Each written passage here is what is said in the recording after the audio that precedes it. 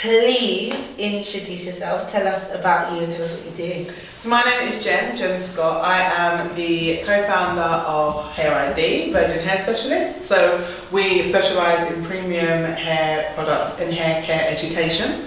And also the co-founder of Hustle in Heels, Ladies Lunch. So we help entrepreneurs, whether pre-start or early stage entrepreneurs, turn their side hustle into their main source of income through various events and things like that. Tell me a bit about what you've been up to, what you do. Yes. How it's going. So, all has been going well, as well as it can for an entrepreneur. There's ups and downs, but no, on the whole, it's been good. So Hair ID, the hair extension brand, we've been going now for about 10 years. 10 years? 10 years, oh, yeah, wow. which is absolutely amazing for myself. Yeah. I think sometimes being an entrepreneur, you're quite creative, so it's quite hard to stick at something for so long. This is it. When you're constantly coming up with new ideas. But I think I've just managed to kind of keep that as my focus and just incorporate the new ideas into growing the business. So yes, 10 years. Especially when there's lots of other people out there doing. Because I think what happens is a lot of people get a bit like, oh, do you know what? I'm not the only one that does hair. Let me not bother. This is long. Why am I going to do it? So like, what made you keep going? Like, even though you knew that there's so much of a competition, and like, obviously 10 years is a long time. It was a long What time. made you like stick to it? Do you know? I think from very early on, the business was set up in a way whereby it didn't really cost as much to run. Okay.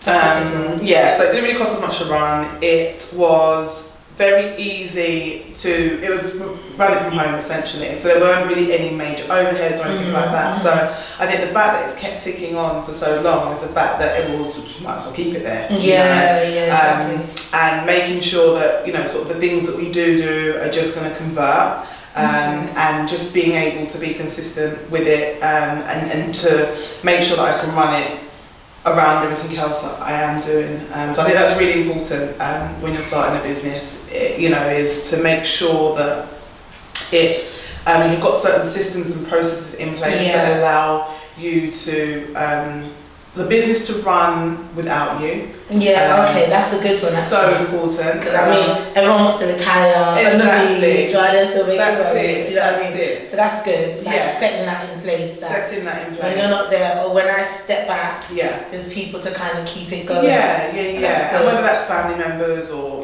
whatever it may be, we've got a very, very small team.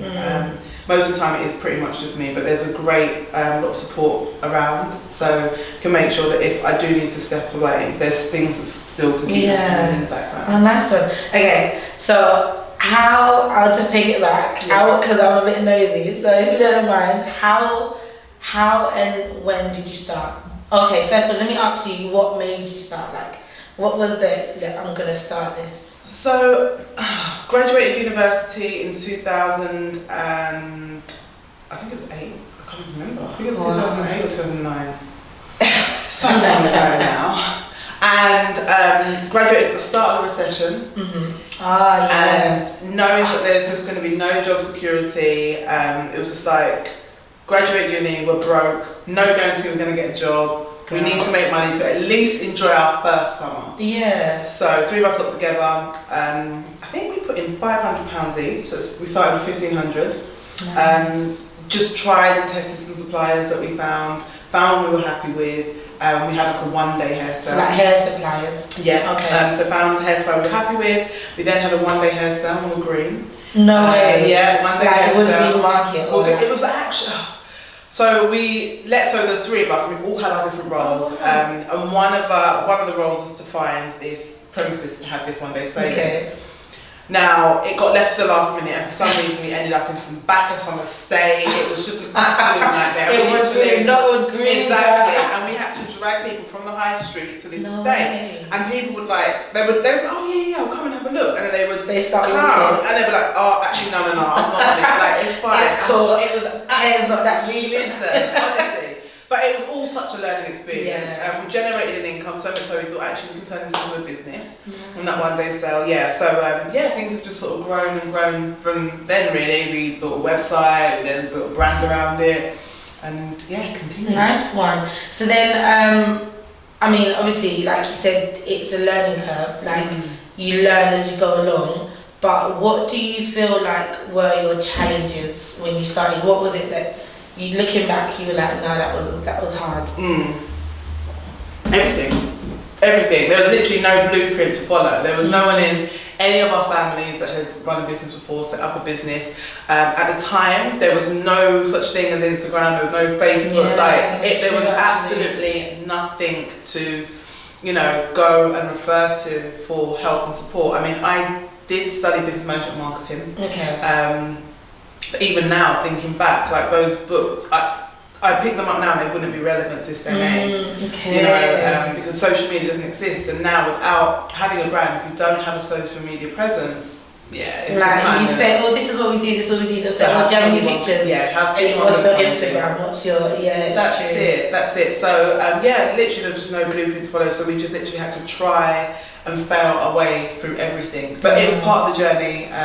It's got us to this point here today.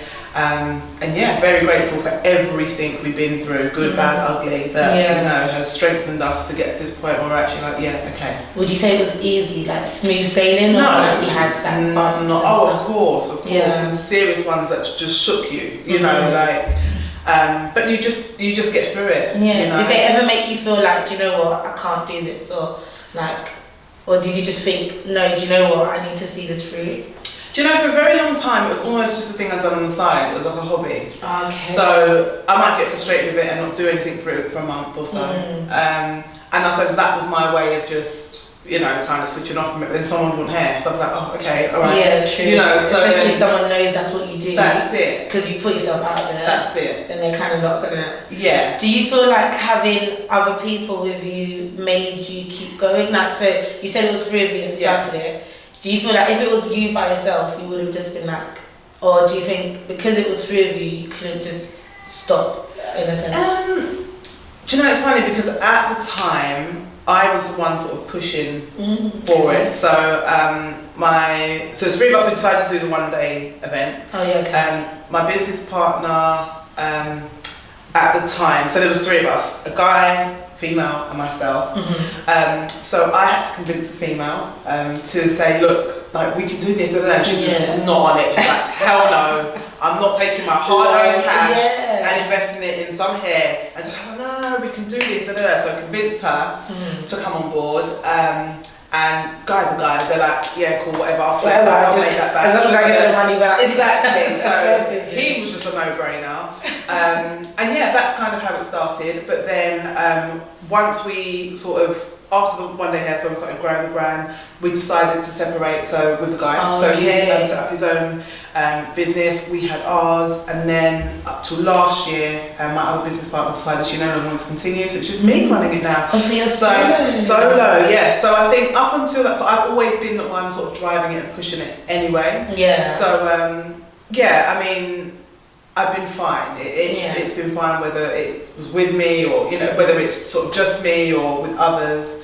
You still have that drive. Yeah, I've still got that drive. Nice one. So then, what would you say is a challenge now? So obviously back then, starting is difficult, and as everyone knows. But then now that you're 10 years in the game and you've kind of got in there. I see what you've been doing. I was like, hey, the competitions and everything. We'll talk about that. But then, what would you say is a challenge now? A challenge now is, I think, innovating, because everyone is doing it now. Yeah, exactly. And it's about, staying above, what everybody else is doing. I'm not even necessarily staying above, but staying in your own lane.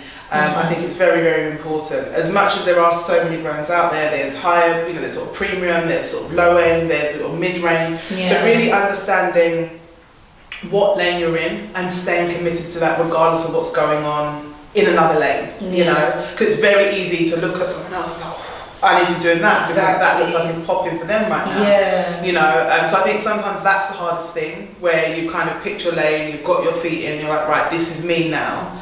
But then you see something else over there happening, you're like, oh, maybe. But yeah, it never works out, so just stay focused. So but then how do you kind of, because like you said, it's easy to look over and be like, okay, well, I'm doing this and it's not really, it's not popping, but that person's doing the same thing as me, but they did that. Yeah. So what do you think, I don't know, okay, for example, there's someone out there that just does wigs and they just do wigs, and it's like, okay, I don't do anything else, I do wigs. But then there's someone else out there that does hair, just like braids, wigs, everything. And they're like, do you know what? It doesn't seem like people care about that right now. Should I step into doing wigs, or do you know what I mean? How do you stay in your lane, even though like? By defining it, being very, very clear on who your target market is and what your products and services are. So, for example, you know, from very early on, we set out to be a very premium, high-end brand. And, you know, our target market are professional. Wait, can I just pause a minute? Because I just want to see if you recognise this hair. Oh my goodness! I actually bought this very premium high-end hair. And it's gone for a lot of colour. It's still looking amazing. Thank you. I mean, I'm trying. I'm rushing it. How long? That was over a year now, no? No, it's nearly 2 years. Wow. Because I bought it.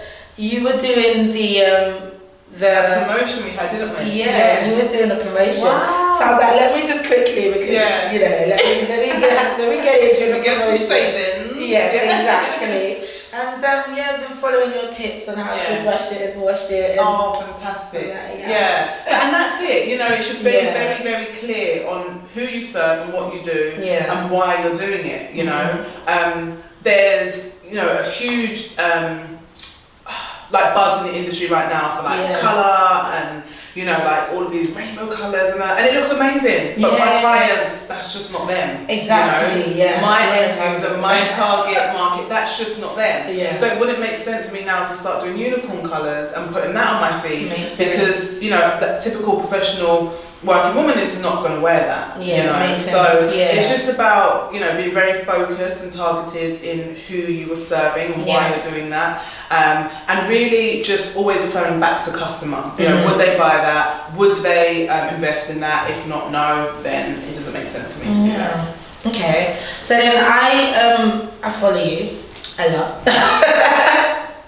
Because like I said, I bought your hair and I was like, okay, like, you know, she's giving good tips and gives advice on how to care for it. But then I've also seen that you set up a lot of competitions in the UK and abroad. So I was like, okay, this is good. How did you come up with like all these new ideas? How do you have new things? How do you keep up to date, or if that makes sense? I'm with you. Okay, so in terms of the competition, so just to give some context,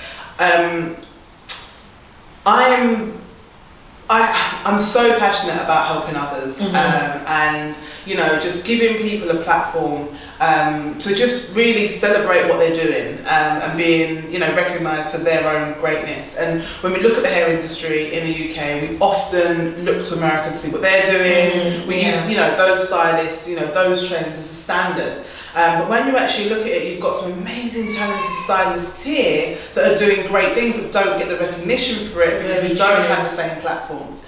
So I was just like, well, I want to celebrate what we're doing here, and why not do that by providing a platform for the UK talent to actually go over to America and show them what we're good at here. That was really good. For me, it's just like go big or go home. So why not reach out to the largest black-owned hair brand in America? Remind us who that was. Warner Brothers. Yes. So literally reached out to Warner Brothers and was like, look, this is my idea, this is what I want to do. We've got some amazing talented stylists here, you've got a show coming up, love to run a UK competition here, and then fly the winner over to Atlanta to just be on stage and for Americans to see that we're just as great over here. So thank you. That was good. I saw that and I was like, that's really good. It's good to, like you said, like just help people in what they're doing and trying to bring them up. So well done. Thank you. That was a good one. That was a good one. So then, what advice would future Jen give past Jen? Not future Jen, present Jen, past Jen. In terms of the business world. Don't be scared to try things. The competition we did, that was 2 years. Gosh, maybe last year or the year before. I think it was last year. Yeah. So, and I've had ideas like that. Like I'm a creative person, so I'll always come up with crazy things like that. But because it's not been done before, because no one else is doing it, I won't do it. And I'll be like, oh no, let's just focus on this or let's just focus on that. And I think if I had experimented a lot more earlier, if I'd taken a lot more risks earlier, I think I could have been a lot further. But I don't regret any of my journey. I don't regret anywhere that I've been because I think it was necessary for me to go through. But yeah, I think I would definitely tell my younger self, just do it. You know, you have nothing, like, what is the worst that can happen at the end of the day? If it doesn't work, figure something else out. Just keep going. Keep going. Exactly. Keep going. So, apart from Hair ID, right? You also have Hustle and Hills. London, UK, isn't it? So tell me a bit more about that. So Hustle and Hills is something that I set up with my business partner Jamie. So we both started the hair company together, and she's since left. So we still run Hustle and Hills together. And Hustle and Hills was our way of sharing our journey and our story. So if you remember, I graduated at the start of the recession. Everyone was just like, why on earth would you start your own business now at the start of the recession? Like, just wait it out, get a job, work your way up. And I just said, nah, there's just no security in that for me. Like, and the fact that we're in a recession and everyone's being made redundant, for me, I need something a bit more. So we did that, and while we were building the brand, so many people were like, oh my gosh, how are you doing that? Why are you doing that? There was just so many questions around that. And both being the way we are, we want to constantly give and share. But when you're trying to do and build, it can get a bit time consuming doing that. So we thought the most efficient way of sharing that story would be a lunch event, essentially. So we had a lunch event, and we thought, right, we're going to get some women in a room that we actually had to pay to come to our event, because a lot of people are like, well, what is it? What am I coming to? Like, and why? And I was like, oh, please come, it'll be amazing. Like, I'll give you your money back if you come. So we had a table of about 10 women that came down, and we shared our journey, shared our story, and they were like, wow, okay, I really, really like this. And for the women that sort of worked in the corporate environment, there was no outside of that. For black women in particular to come together, it was a nice setting for them to relax and meet other like-minded women. A lot of, sort of predominantly white networking events or corporate events that just really weren't that welcoming. So we thought, why not create our own? So we had the lunch, it was a success, but really didn't know where we were going to take it. So we flew to Atlanta to attend the Warner Brothers show. Actually, this is like years ago, before we had done the competition with them last year, and met some hair suppliers out there who do a similar thing. So they've got their own hair brands out in Atlanta. They're doing amazingly well. But they also run lunches as well. So Atlanta's like the hub of networking. It's insane. So if you do not network out there, you're literally like under a rock. Basically. So we went out there and just like, okay, so talk to us about networking, because back in the UK, it wasn't done. It's even the Eventbrite where you've got the floor, someone up there, and you're sitting back down there, and you're being talked at. Exactly. In a sense, exactly. You know what I mean? So we were like, how can we bring a piece of that sort of American buzz and glam back to the UK? So we kind of solidified our idea. We knew what we had worked in terms of our initial pilot. Came back, and we've just literally been going every 2 months since we had a lunch event, and it just grew and grew and grew. Then the most we've ever had attended our lunch event was sort of over 100 guests at one time. Not ones you're paying anymore. No, they pay us.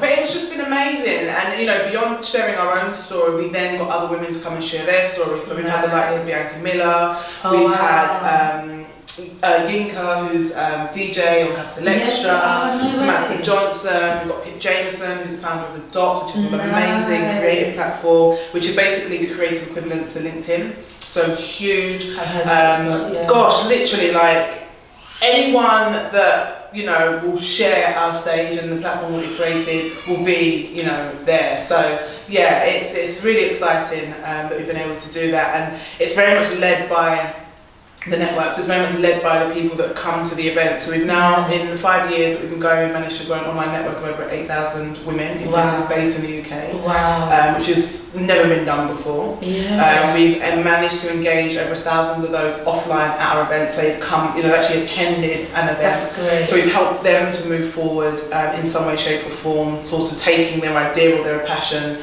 and turning that into a business. Wow. And yeah, literally it's just like, what else do you want? How else can we use the platform that we've created to support you as entrepreneurs? Yeah. And it's just constantly, that conversation that we're having with this community we've created to help us build and grow our business. And I think that's why, because there's so many other like networking lunches and events that have popped up since. But I think the great thing about ours and why ours has been going for so long, so for 5 years now, is because it's very much led by the network. Yeah, exactly. Who do you want on the panel? What types of topics you want us to cover? Right. What events do you want us to run? How can we help you? That's it. People are always willing. Whenever it's like, how can we help you? Yeah. You always have people that say, okay, this is good. That's it. This is what I want, kind of thing. Yeah. So, yeah, that's really good. Yeah. Oh, well done. I like that. I like that. Keep going. So then, what advice would you give an entrepreneur that is starting up, and maybe in hair? Let's say for hair for now. How would you advise them? What kind of advice would you give them? Gosh. First things first, be very clear on who you're targeting. So you want to, get real nitty gritty with it and actually design a customer profile. So give that person a name, give that person an identity. Who is it you are targeting? And then just stay focused on serving that, hypothetical customer and their needs. So that way, everything you do isn't swayed by what's happening or what's popular. It's focused on her. And then really just be consistent and don't stop at all. That's the only reason why we've been in the hair industry for 10 years. There are some months where, it's quiet, but you keep going, you keep innovating, you keep thinking about how you can better serve your customer. And also speaking to your customer as well. You don't know all the answers. And I think as, entrepreneurs and as business owners, we often feel like, it's a good idea, everyone must feel the same way.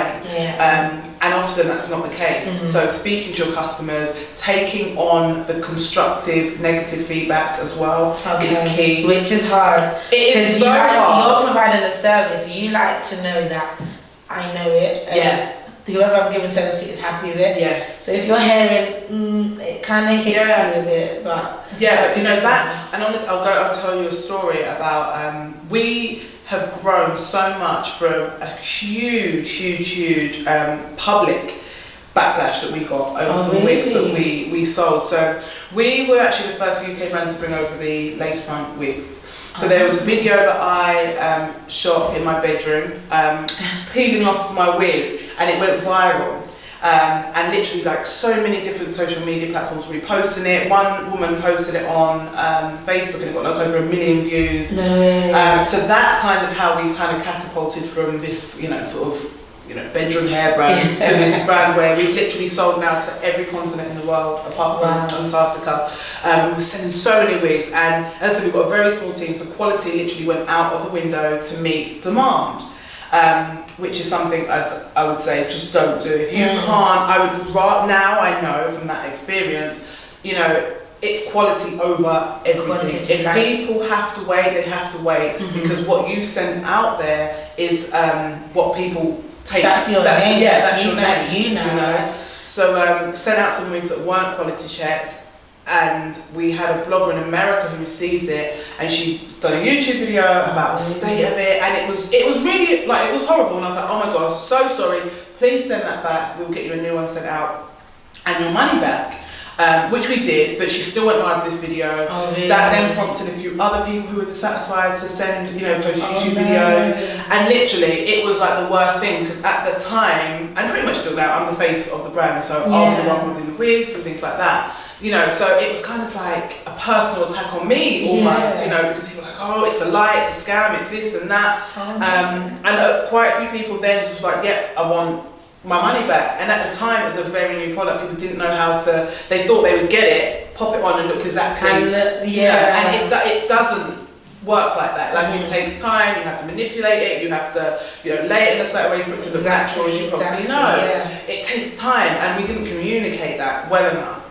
So a lot of people are like, it doesn't look like that, it's a scam. And honestly, that as being the worst experience we've ever been through was actually the best lesson, because we were able to understand taking the customers' negative feedback at the time on board to actually no matter how negative it is, no matter how negative, taking that on board and actually using that to develop the products, and just build a better brand. So now, as a result of all that bad, negative criticism we got, I now know, and I'm confident to sit here and say that our products are probably the best you're going to get on the market, because we've taken that time to go back to the drawing board and refine them and make sure that they, are amazing. You've had your hair for 2 years now, I want to talk about next one. And that's what it's I'm about. scared to colour this again, but I'm pretty sure it'll be fine. Let's not. Yeah, and that's what it's about, because we've really taken that negative criticism on board and put that into building the company. Yeah. We could have bailed out then. It would have been so easy to just shut doors and be like, no. I know a lot of people, even me, I would have been like, yeah. Honestly, so many people did. So many people like, change your name, oh my gosh, da da da. Oh, really? And I was just like, nah, I'm going to face this and show people coming up that you can make it through adversity, you can make it through, a really bad storm, and as a result of that, build an even better and stronger brand. Exactly. Off the back of that. Oh, well done. That's a really good one. I'm happy you did that, and you learned me. You didn't give up. And you're a happy customer now. I'm a very happy customer. Very, very happy customer. I've had this for years. It's my work hair sometimes. Pack it back. But I'm happy, and it's a good thing you didn't give up or get swayed by that kind of feedback. So then what would you, we won't go into your finances, but how would you say money management? How did you manage your finances? Gosh, terribly. Absolutely terribly. And honestly, it's only, as much as the business has been going for 10 years, I would only say I've had a business for maybe the last 2 years. Oh, really? Even though we sold all of those wigs back then, even though we were making an absolute killing back then, it was by accident. We didn't know what we were doing. And in terms of managing money, absolute mess. We spent that money quicker than we made it. Oh, really? And it was just, because as I said, we had no blueprint to follow.